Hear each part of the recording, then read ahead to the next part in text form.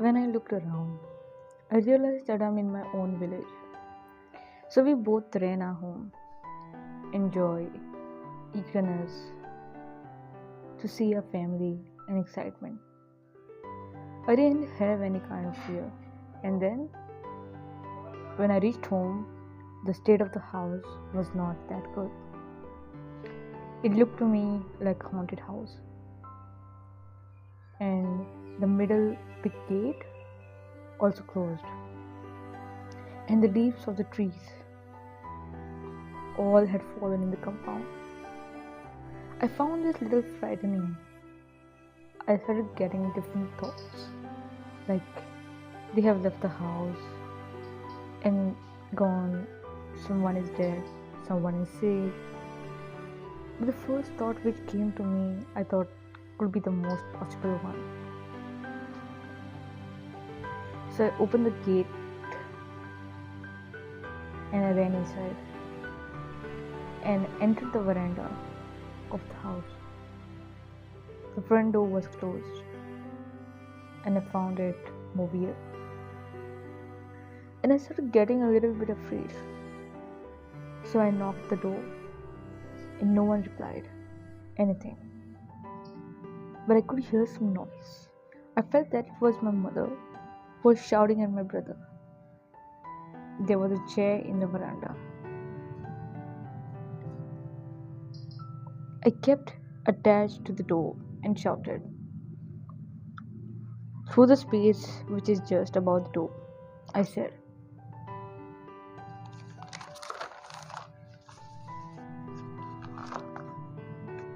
"Mom, Dad, I'm back."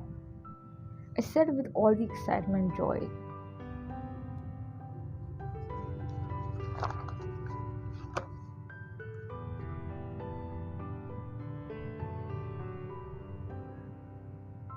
And I was also banging the door. After some time, I heard someone saying, "We don't need you.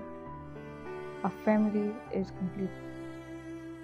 But Mom, Dad, I've come specially for you. And I got down from the chair, my eyes almost in tears. The hurt which I received just now made me cry. So I sat on the steps and began crying. After some time, I stopped crying and I told myself that I have to be strong enough to face this world. Then I started walking on my way back to the place where we had settled. I was in wonder, getting different questions.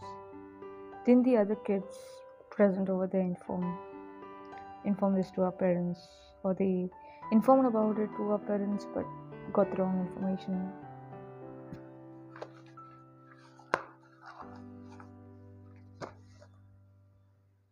Then I thought, what about Natalie?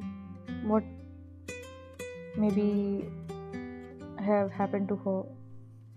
Then I saw Natalie coming towards me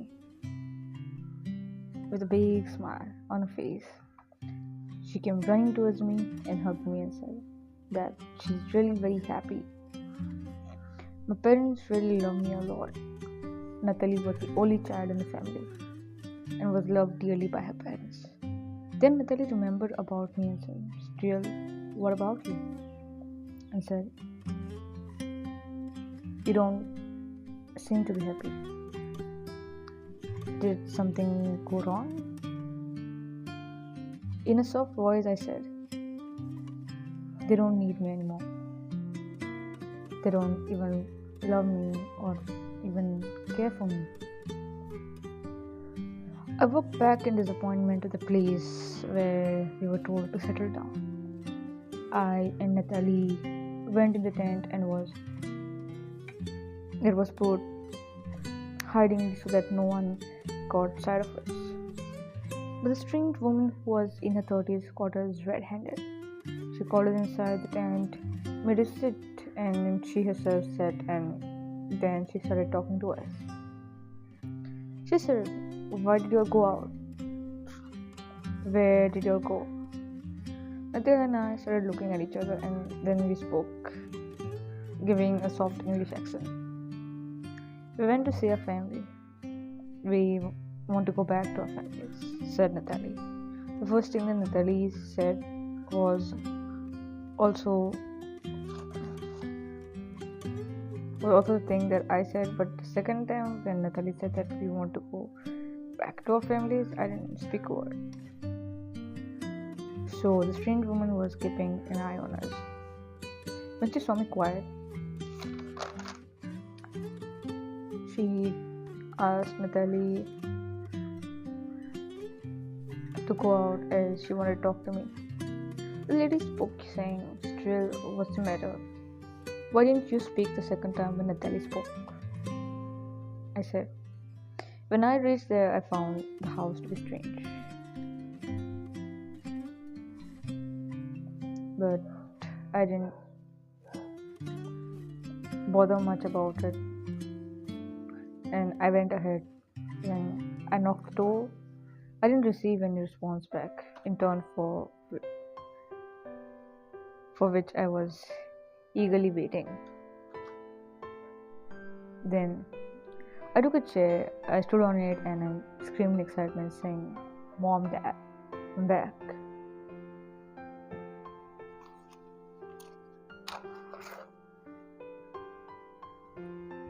And I could only hear my mom shouting at my brother, and then at last I received a response.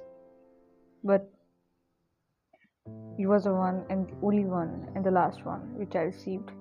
And leaving this, the main thing was that the response was a disgraceful one. It was, "We don't need you, and our family is complete." What do you think would a teenager of 17 years old would feel? At this age, we need our family. Especially we need our parents. And then the lady felt very bad for me.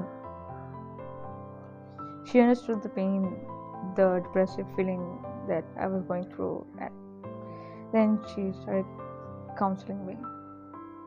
She started to like this. Started like this, like, "I understand the teen years aren't easy. You get stuck at some point of time. You really don't understand what you do, and you get confused. In this situation, I can help you get your parents' attention towards you. We are here for 3 to 5 days. However, it depends on the time taken for the shoot. So go every day to your home, just take a walk and then come back. You'll feel good. But you need to be strong, have patience, and you will get what you want." The lady left me thinking, making me feel a bit comfortable. Natalie and I went back to the tent. Natalie asked me, "What did the strange woman say to me?" I almost told her everything. Then I told Natalie my brother and sister have grown quite elder to me, which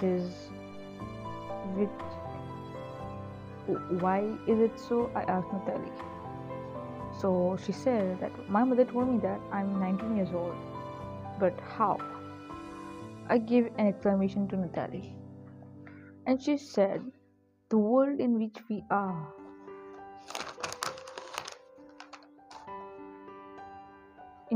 working, 1 year equals 2 years. And in the real world, it's 1 year equals 2 years in the real world. So we are 17 years in the working world and we are 19 years old in the real world. But we haven't grown 19 yet, right?" "I know," said Natalie. So then we ended up our discussion.